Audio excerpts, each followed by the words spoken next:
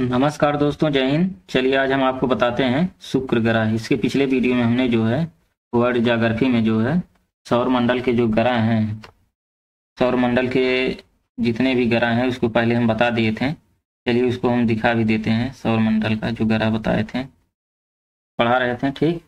सौर मंडल, ये है आपका सौर मंडल, ठीक। सौर मंडल यही है आपका।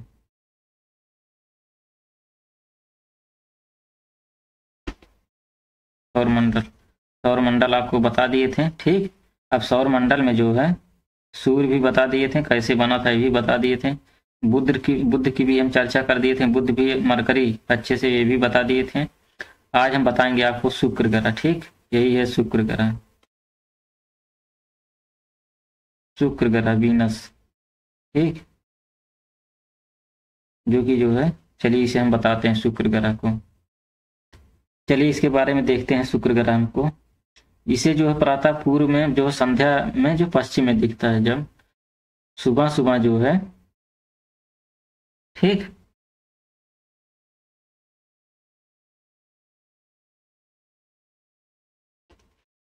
सुबह के समय, सुबह के समय या सुबह के समय जो है पूर्व में, इसे जो है प्रातः मतलब सुबह के समय पूर्व में, और शाम के समय जो है पश्चिम में दिखता है। शाम के समय पश्चिम में दिखेगा और सुबह के समय पूर्व में दिखता है, ठीक। यह अपने अक्ष पर जो है दूसरे ग्रहों की अपेक्षा जो विपरीत दिशा में घूमता है, ठीक। यह जो है दूसरे ग्रहों की अपेक्षा जो है विपरीत दिशा में घूमता है। इसकी जो है कहानी ही कुछ अलग है, विपरीत दिशा में घूमता है। ये देखिए शुक्र ग्रह है। अब शुक्र ग्रह के बारे में हमें पढ़ना है, ठीक। इसे जो पराता सुबह सुबह या पूर्व में दिखाई देगा आपको, यह शुक्र ग्रह जो है,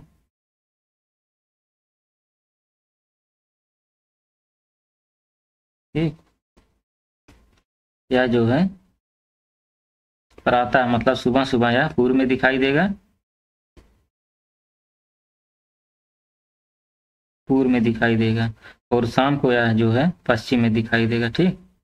मतलब यह, और इसकी दिशा जो है विपरीत है, अन्य ग्रहों की अपेक्षा जो है या विपरीत दिशा में गति करता है, ठीक। और सूर्य की एक परिक्रमा है जो कितने दिन में पूरा करता है? सूर्य की परिक्रमा जो है 225 दिन में पूरा कर लेता है, ठीक।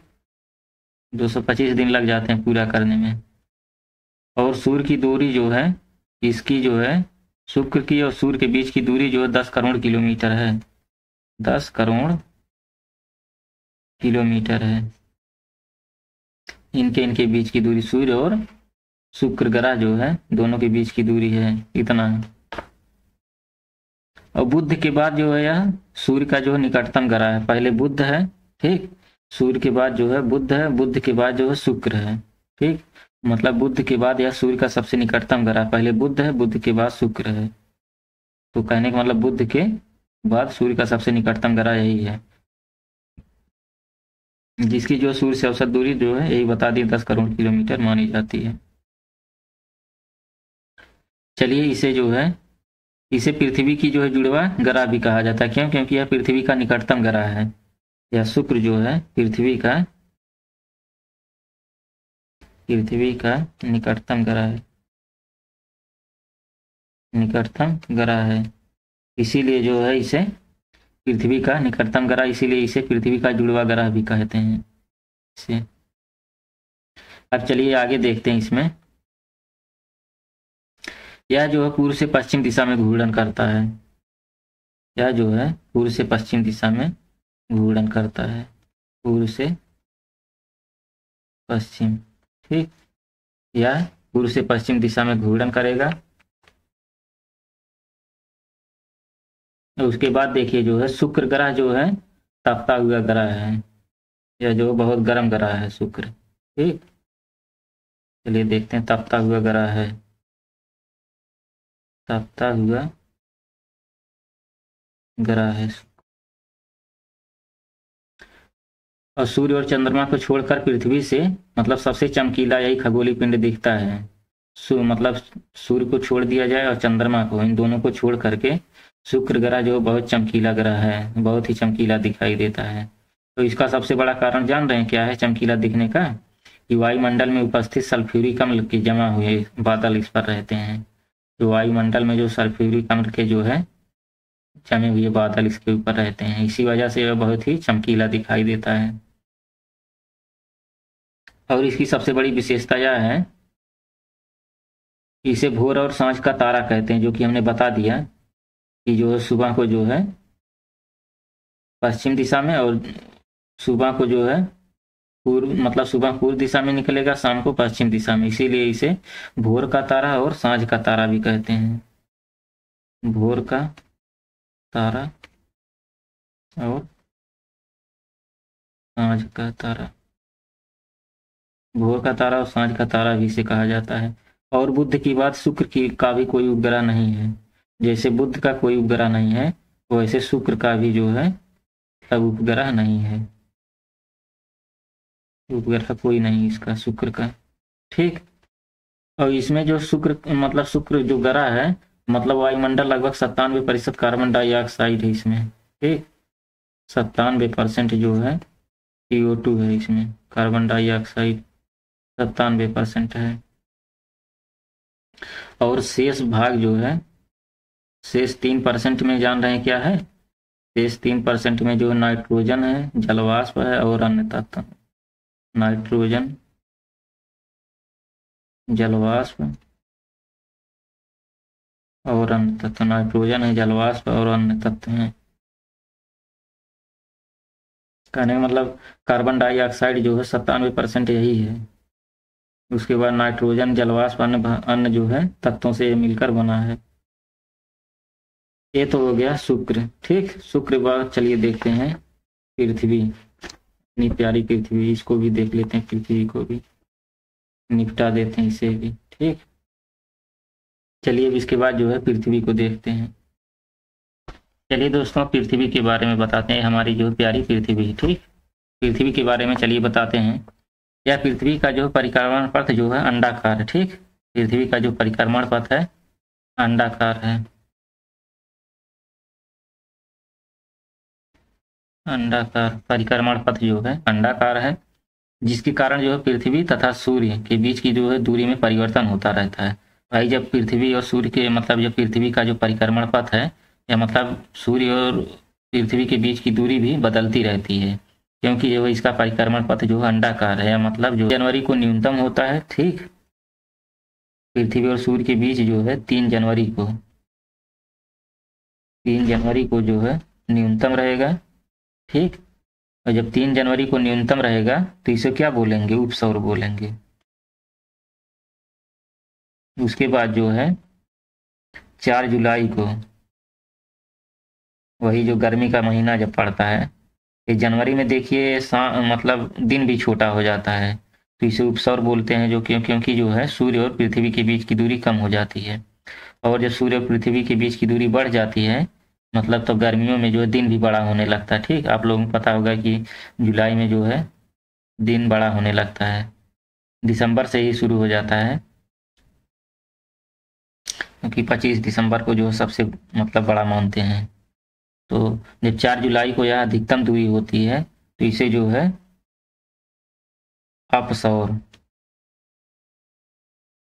नाम से ही समझ जाएंगे। उप मतलब छोटा, उप मतलब छोटा, अप मतलब बड़ा। तो अपसौर का मतलब 4 जुलाई को मतलब अधिकतम दूरी रहती है सूर्य और पृथ्वी के बीच, ठीक।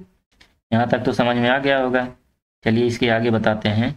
पृथ्वी जो है एक इकलौता ग्रह है जहाँ जो है जीवन संभव है। देखिए ये हमारा प्यारा भारत महान, देखिए यहाँ पे है, ये हमारा प्यारा भारत महान यही है, अखंड भारत, अखंड भारत यही है, देखिए इतना बड़ा अखंड भारत। इस पर जो है देखिए ये स्थल भाग जो है बहुत कम है, 70%, 71% समझिए पानी ही है। ये सब देखिए जल है, ये सब जो दिखाई दे रहा है जल है, पूरा सब पानी है पृथ्वी पर, जल ही जल है। और एक जो इकलौता ऐसा ग्रह है जहाँ पर जीवन संभव है, जीवन संभव है।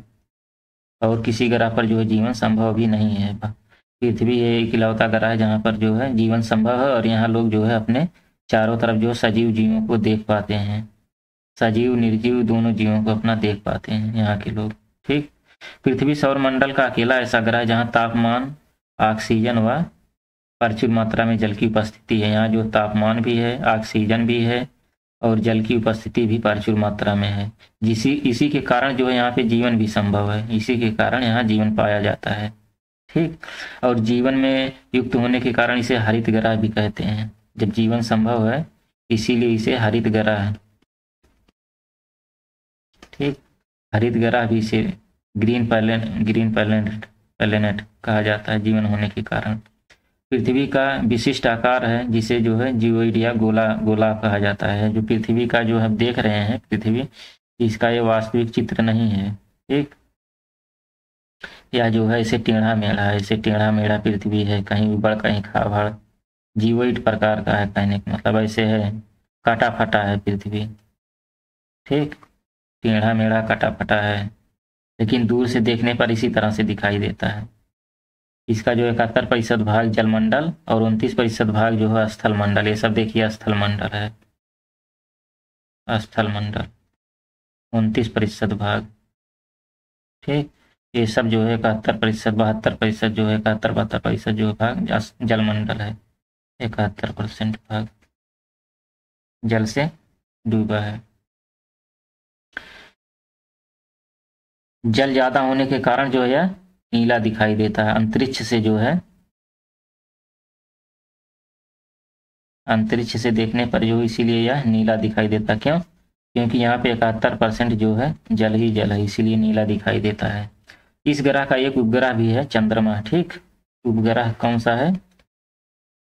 उपग्रह चंद्रमा भी। चंद्रमा जो है एक उपग्रह है इसका, और जिसकी जो पृथ्वी से दूरी जो है 35, पृथ्वी से दूरी कितना है? लगभग है इसका जो है 3 लाख से ज़्यादा, 3,57,269 किलोमीटर लगभग है। ठीक। इसकी दूरी पृथ्वी से। पृथ्वी का एक उपग्रह है यही चंद्रमा। और पृथ्वी पर जो वायुमंडल 20% है। ठीक। पृथ्वी पर जो है वायुमंडल 20%, वायुमंडल 20% है। ठीक। 80% जो है नाइट्रोजन है।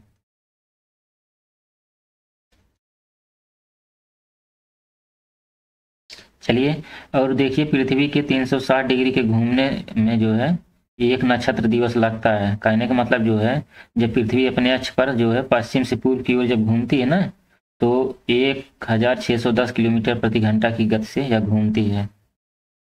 पृथ्वी किस दिशा में घूमती है सवाल बन सकता है। तो पृथ्वी की गति जो है पश्चिम से पूर्व की ओर है। ठीक। पश्चिम से पूर्व की ओर घूमती है पृथ्वी, पश्चिम से पूर्व की ओर घूमती है। और यह जो है 23 घंटा 56 मिनट 4 सेकेंड में एक चक्कर लगाती है। 23 घंटा 56 मिनट 4 सेकेंड, 23 घंटा 56 मिनट 4 सेकेंड में एक चक्कर पूरा कर देती है। और इसी के कारण जो है दिन होता है, रात होती है, दिन रात इसी की वजह से होती है। इसकी त्रिज्या कितनी है? त्रिज्या कितनी है पृथ्वी की? 6371 किलोमीटर इसका त्रिज्या है। तो इसी का डबल जो व्यास हो जाएगा 12,742।